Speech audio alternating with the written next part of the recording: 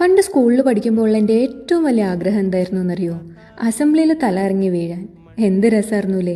ഏതേലും കുട്ടി തല ഇറങ്ങി വീഴുന്നു, ടീച്ചേഴ്സൊക്കെ ഓടി വന്ന് പൊക്കിയെടുത്തുകൊണ്ട് പോയി സിക്ക് റൂമിൽ കിടത്തുന്നു, രാജകീയ ട്രീറ്റ്മെൻറ്റും കൊടുക്കുന്നു.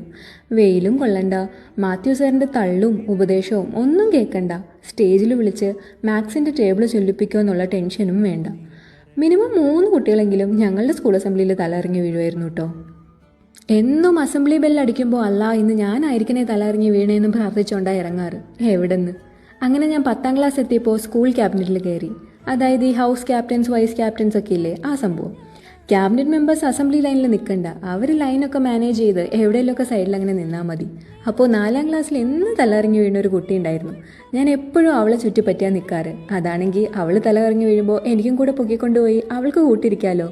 എങ്ങനെയുണ്ട് ബുദ്ധി? ഒരു ദിവസം മാത്യു സാറാണെങ്കിൽ പ്രസംഗം നിർത്തണമില്ല, ഈ കൊച്ചാണെങ്കിൽ തല കറങ്ങി വീഴണമില്ല. ഇപ്പം വീഴും എന്നോർത്ത് ഞാൻ അതിനെ നോക്കി നിന്നിട്ട് ഒന്നും നടക്കണ ലക്ഷണം കാണുന്നില്ല. അവസാനം ഞാൻ സഹി കെട്ട് ആ കൊച്ചിൻ്റെ അടുത്ത് നിന്നിട്ട് തല കറങ്ങുന്ന പോലെ തോന്നുന്നുണ്ടോ എന്ന് ചോദിച്ചു. ഷോൾഡറിലൊക്കെ പിടിച്ച്. ഉത്തരവൊന്നും ഞാൻ കേൾക്കാൻ നിന്നില്ല. അതിനെയും താങ്ങി ഞാൻ നേരെ സിക്ക് റൂമിലേക്ക് പോയി.